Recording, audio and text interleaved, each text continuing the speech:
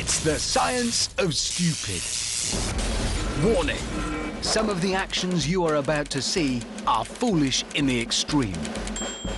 Try them at home and you'll wind up in hospital. Yes, this is the show that combines science and stupidity. Over the next half hour, you'll be witnessing the behavior of people who think they are above the laws of science.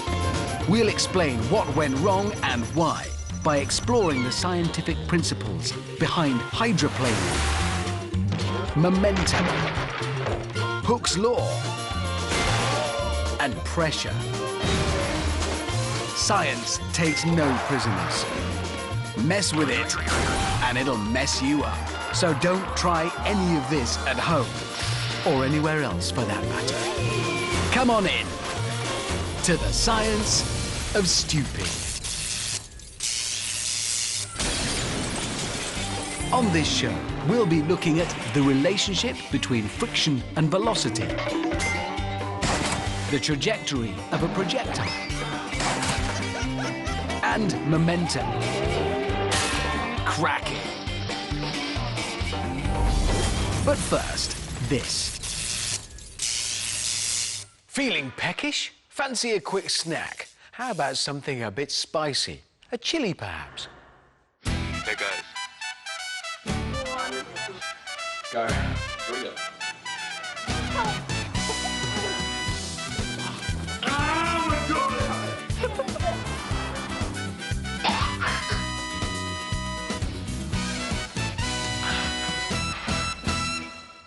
A bit too hot for you?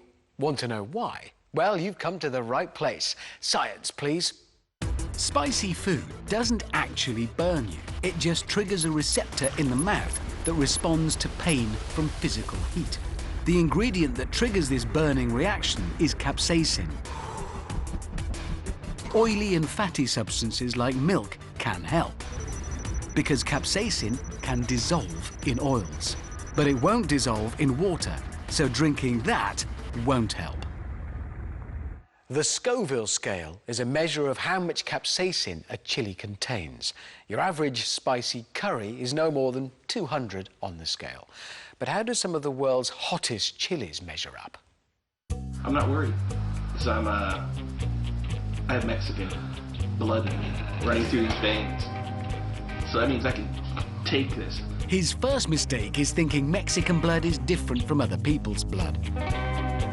His second mistake is trying to eat a habanero chili that's up to 300,000 on the Scoville scale.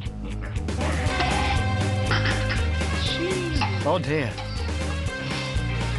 This isn't a meal for a first day, is it? The Trinidad scorpion chili. Well, don't snort it. Those burn receptors are in your nose too. And it registers almost 1.5 million on the Scoville scale. So, it's saline. Yeah, I could have told you that. In fact, I just did. And finally, the ghost chili.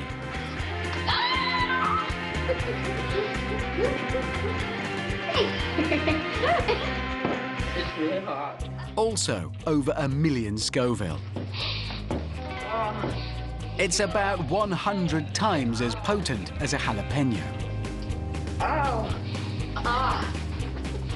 Now, can you remember how we get rid of all that burning capsaicin? Is it cold, refreshing water? No. It may seem the obvious choice, but remember, capsaicin doesn't dissolve in water, so it's useless for flushing away the heat. Bread? Better. Capsaicin does dissolve in fats and oils, so the vegetable oil in bread can help. And milk? Perfect, because milk also contains fats which dissolve capsaicin, so it can soothe the burning. A bit. Still hurt? Yeah, it hurts. Oh. Yeah, you can tell. Ah. If that's put you off chilies, it's put me off chilies, maybe try something a little milder. How about cinnamon? Oh, cinnamon, dude. Hey, shout out to my girl. Did I say milder? Just kidding. Like chili, cinnamon triggers pain receptors because it contains an irritating chemical called cinnamaldehyde. Yes, it does. Cinnamon is a caustic powder which, if it gets sucked into your lungs, can damage them. It doesn't dissolve, it just sits there. But if you don't believe me... So I have a spoon, and I want a spoon bigger than this. I'd go with the smaller spoon, madam, but it is up to you. All right, so here's the cinnamon, all right? Yeah, we're fine. All right, here goes.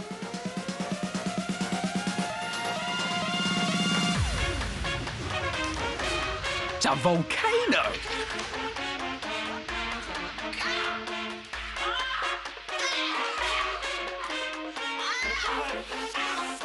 Oh, I should have mentioned, cinnamon is even more water resistant than chili, so that won't work. Y'all got me. See, I told you. In fact, it doesn't even dissolve in your saliva, which is why she could do this.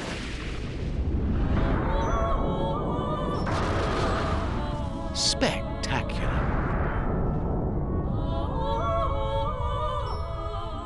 Over and out. Over and out.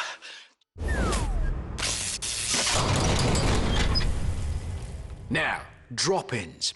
It's all about teetering on the edge of a giant ramp on a small wooden board, obviously. Here's a drop-in as demonstrated by a 7-year-old boy. You drop down onto a ramp to pick up enough speed for tricks.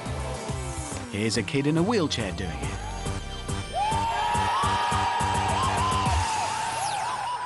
And here's a middle-aged man.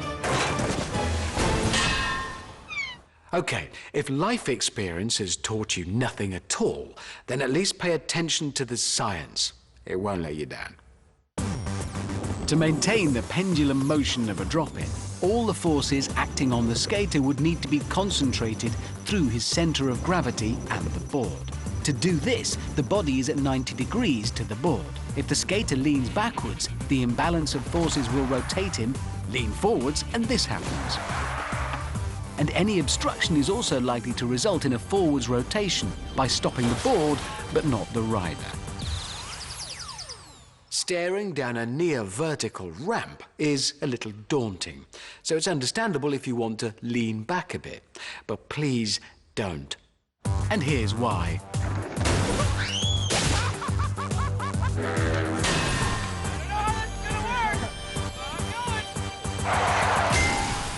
Remember, 90 degrees to the board. By leaning back, she's moved her centre of gravity way out of line, pushing her off balance.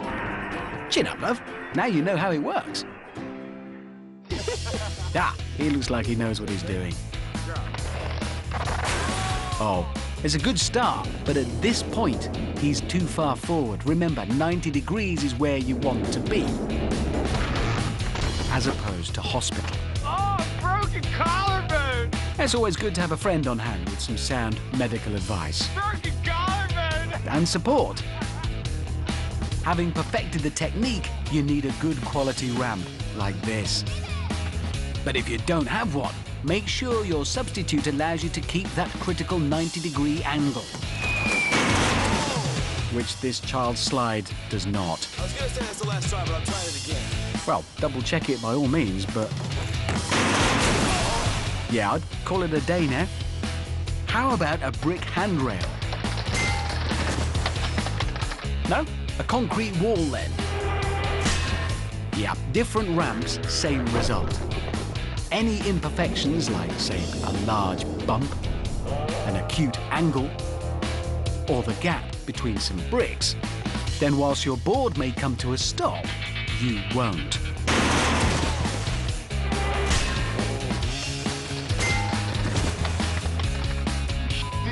No, and the excruciating pain in your shoulder is proof enough. A good ramp, that 90-degree angle, and it's as easy as falling off a log.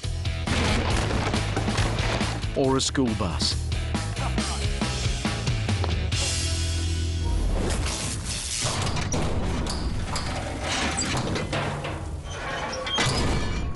Now, what scientific principle is this fellow about to demonstrate? Have a guess.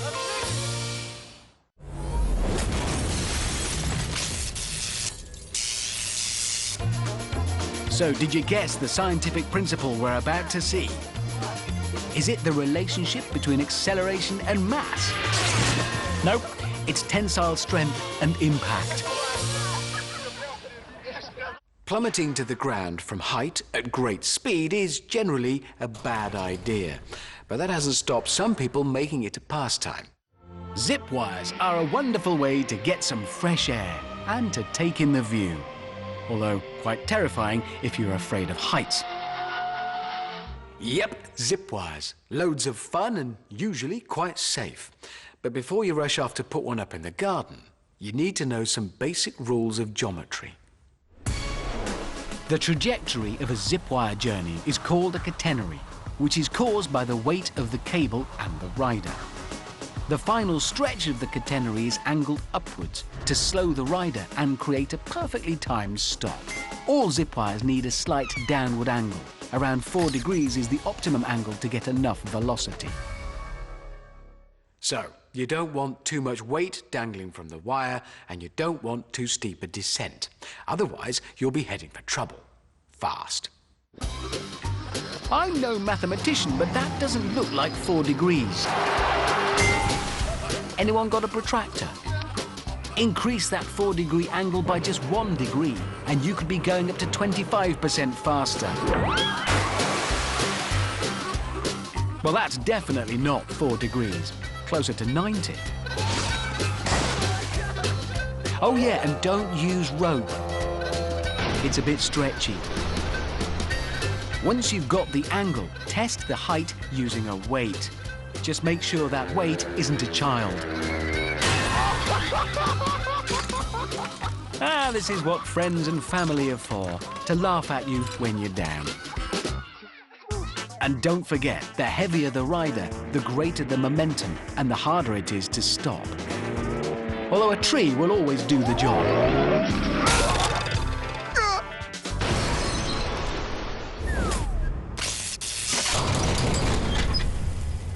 Funny things, swings. I don't know what it is about being swung back and forth on a plastic seat, but people love them, especially the little ones.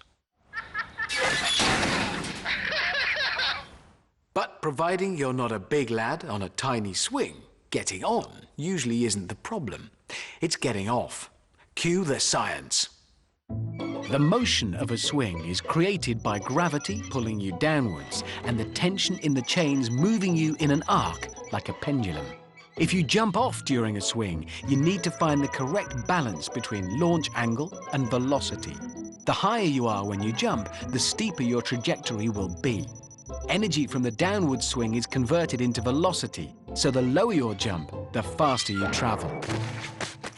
There are around 150,000 swing accidents a year in the US. So don't be a statistic, nail your speed and try to let go at the right time. Starting simply, the forward dismount. Not that simple. All that velocity and a small lean forward becomes a major faceplant. You see? Now, if you think getting off forwards is tricky, it's nothing compared to backwards.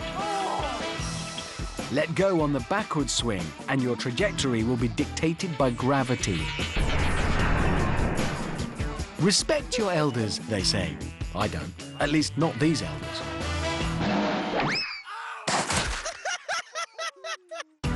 He got off too late.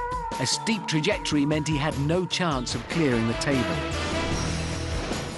Leaping off at the lowest point would have meant more velocity, but not enough height. Had he leapt at just below 45 degrees, he'd have achieved the perfect trajectory. But he didn't. Just run it off. Just run it off. Oh, and a medical footnote, running it off works if you've got a stitch, not if you actually require stitches. If you want to show off, you'll need loads of velocity. Nearly, but not quite. Check out these Russian swingers. They use solid metal poles instead of chains, and with good reason. The swing's arc depends on the tension in the chains. If the swing rises too high, the chains lose tension and the seat drops. With solid poles, that doesn't happen. Meaning these fellas can even nail a 360 and be reaching speeds of over 20 miles an hour. Just watch him go!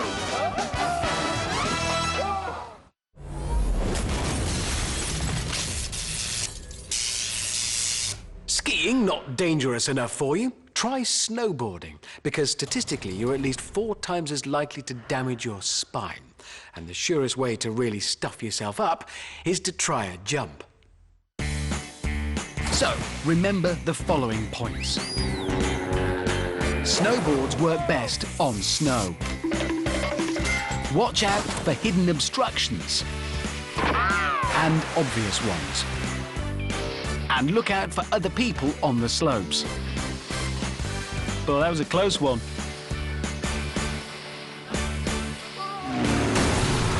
That was even closer. Now, if you want to land on your board, and not your face, then you need to master the takeoff. It's all about speed and popping. When slaloming, a snowboarder angles the uphill edge of their board into the snow to avoid toppling over. But this increases friction on the one side and so decreases speed. For maximum speed going into a jump, you can reduce friction by spreading your body weight evenly and keeping the board pointed directly forward. Next is a technique called popping. As you hit the lip of the ramp, push down with your legs and jump up with both feet at the same time. This generates more height by using your muscles like a spring. So first things first, get your speed up. Because not everything you land on is as forgiving as snow. Zigzagging creates friction, which slows you down, as does hitting a wall. You've got the speed, now for a pop, but you have to really go for it. Well, something's popped. I suspect it's his shoulder. Finally, if you want to try a few tricks, lean forward to let your angular momentum give you some spin. But you can overdo it. And underdo it. He seems remarkably calm. I don't know, I mean, I got health insurance. Ah, fine. We'll be off then.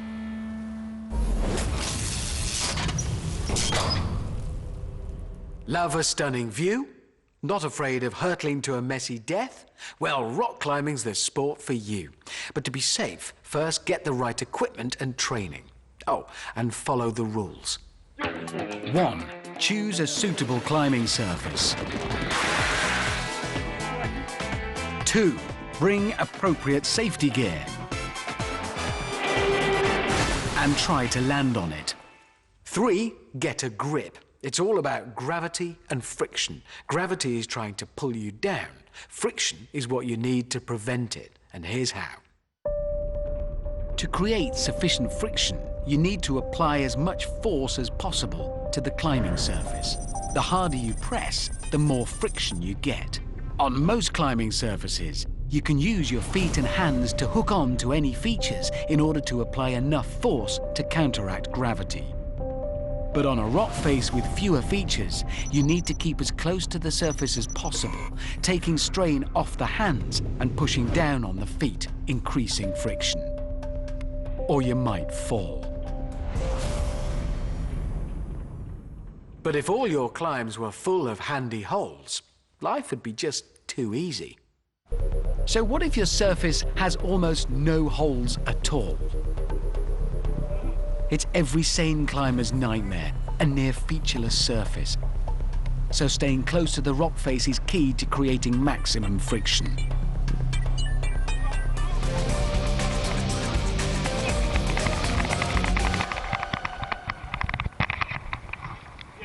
Oh my God. You said it.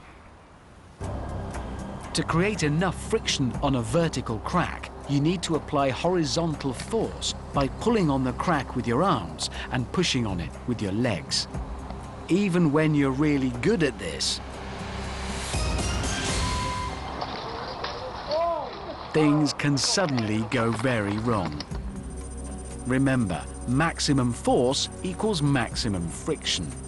So you need to push as hard as possible with your feet. Once his legs stop pushing horizontally, he loses vital friction and falls at up to 30 miles an hour. If two featureless walls are facing each other, you can climb up by chimneying. So how are you gonna get down? Good question.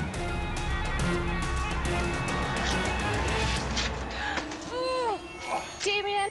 Hitting the deck with over 1,000 pounds of force, the fact Damien survived is more miracle than science. So don't even think of trying this. The harder you push, the more friction you get. But your body weight is working entirely against you here. And what happens when you get to the top? The splits approach, but by swinging one of his legs away from the wall, he loses too much force from the other. Remember, low force equals low friction. Damien! Better to crack the science than your heels, unlike Damien, who fractured both of his.